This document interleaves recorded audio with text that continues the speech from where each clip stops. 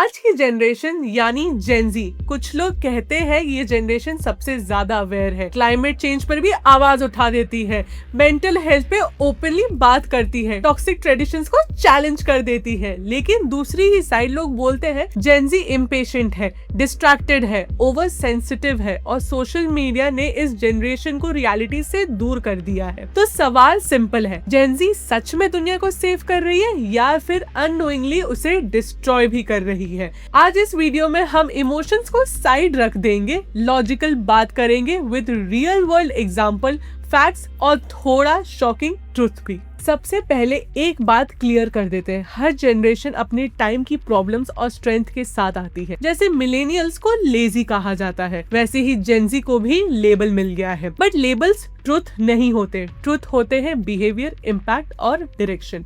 तो चलिए देखते हैं जेनजी एक्चुअली दुनिया के साथ कर क्या रहा है। So number 1, they are more socially aware than many other generations. Gen Z अपनी लाइफ तक लिमिटेड नहीं है, ये जनरेशन ग्लोबल इश्यूज को अपना इशू समझ लेते हैं। क्लाइमेट चेंज को जेंडर इक्वालिटी हो या फिर रेसिज्म हो, बॉडी पॉजिटिव हो या फिर मेंटल हेल्थ हो, जेनजी इन टॉपिक्स को एक्स्ट्रा नहीं एसेंशियल समझते हैं।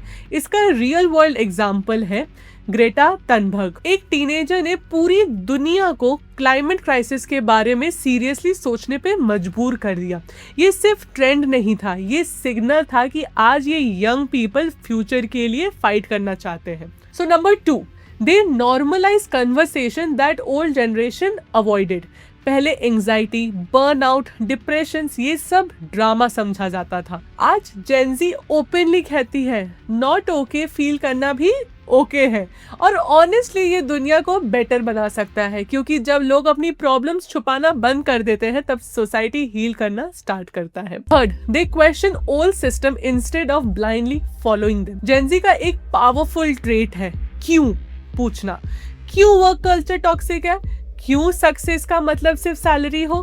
क्यों लोगों को चुप रहना चाहिए कोई अनफेयर सिचुएशन में? ये क्वेश्चंस एटीट्यूड डेंजरस लग सकता है, बट कई बार यही प्रोग्रेस का स्टार्टिंग पॉइंट होता है। So number 4, they use the internet to learn, earn and influence. पहले इंटरनेट सिर्फ एंटरटेनमेंट के लिए बना हुआ था, जेनजी ने उसे अपॉर्चुनिटी बना दिया। आज एक 19 इयर्स का बच्चा क्रिएटर फाइनेंशियली लिटरेसी सिखाता है, एक स्टूडेंट एआई टूल्स यूज करके बिजनेस बिल्ड कर दे रहा है, कोई सस्टेनेबल फैशन प्रमोट कर रहा है, कोई एजुकेशन एक्सेस के लिए कंटेंट बना रहा है। जेनजी ने प्रूव किया है कि फोन सिर्फ डिस्ट्रैक्शन नहीं है, इम्पैक्ट मशीन है। वैसे आप क्या सोचते हो, जेनजी ज्यादा पॉजिटिव इम्पैक्ट दे रहा है या फिर नेगेटिव?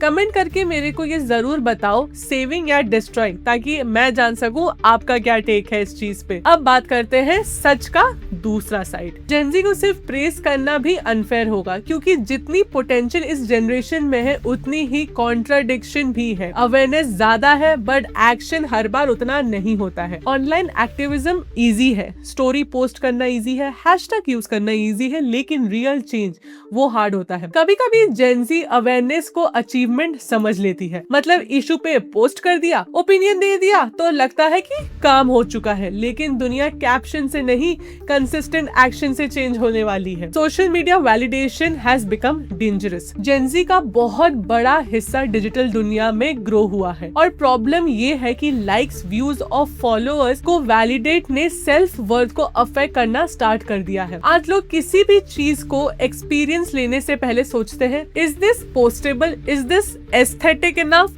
लोग क्या कहेंगे? ये माइंडसेट ग्रेजुअली इंसान को ऑथेंटिक लाइफ से डिस्कनेक्ट कर देता है। रियल वर्ल्ड एग्जांपल अगर लिया जाए, सोशल मीडिया ओवर इशू और मेंटल हेल्थ के कनेक्शन पे कई स्टडीज कंसर्न दिखा चुकी है, specially anxiety, comparison and loneliness के अराउंड। कनेक्टेड लगते हुए भी लोग अंदर से डिस्कनेक्टेड हो चुके हैं। Cancel culture can kill conversations. Accountability जरूरी है, बट कभी कभी जेनजी के ऑनलाइन स्पेसेस में अकाउंटेबिलिटी और पब्लिक शेमिंग के बीच में लाइन ब्लर हो जाती है। Patience is becoming weaker. Instant delivery, instant reply, instant entertainment, instant success. Digital speed ने जेनजी को पावरफुल बनाया है बट इम्पेशेंट भी, और रियल लाइफ एल्गोरिदम पे नहीं चलती है।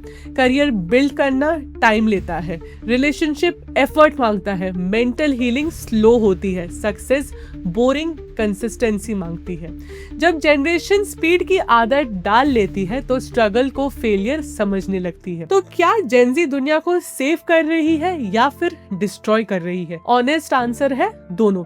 जेनजी एक पावरफुल जनरेशन है लेकिन पावर न्यूट्रल होती है, उससे आप बिल्ड भी कर सकते हो या फिर ब्रेक भी कर सकते हो। ये जनरेशन दुनिया को सेव कर सकती है because it is aware, vocal है, इनोवेशन है, चेंज से डरती नहीं है।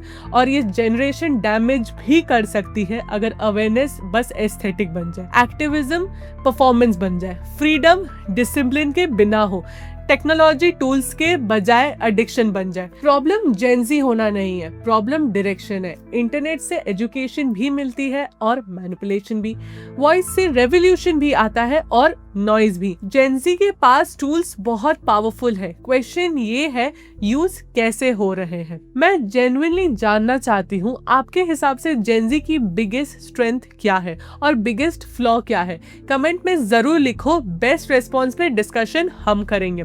हर जनरेशन को जज करना इजी होता है पर समझना बहुत ही मुश्किल। जेनजी परफेक्ट नहीं है but may be perfection point भी नहीं है।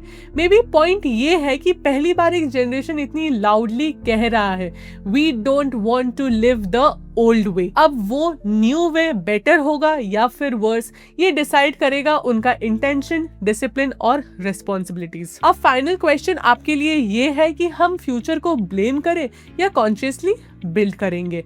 अगर वीडियो ने आपको सोचने पर मजबूर किया है तो लाइक करो, शेयर करो और सब्सक्राइब तो जरूर ही करना, बिकॉज यहाँ हम सिर्फ ट्रेंड्स की नहीं ट्रुथ की बात करते हैं।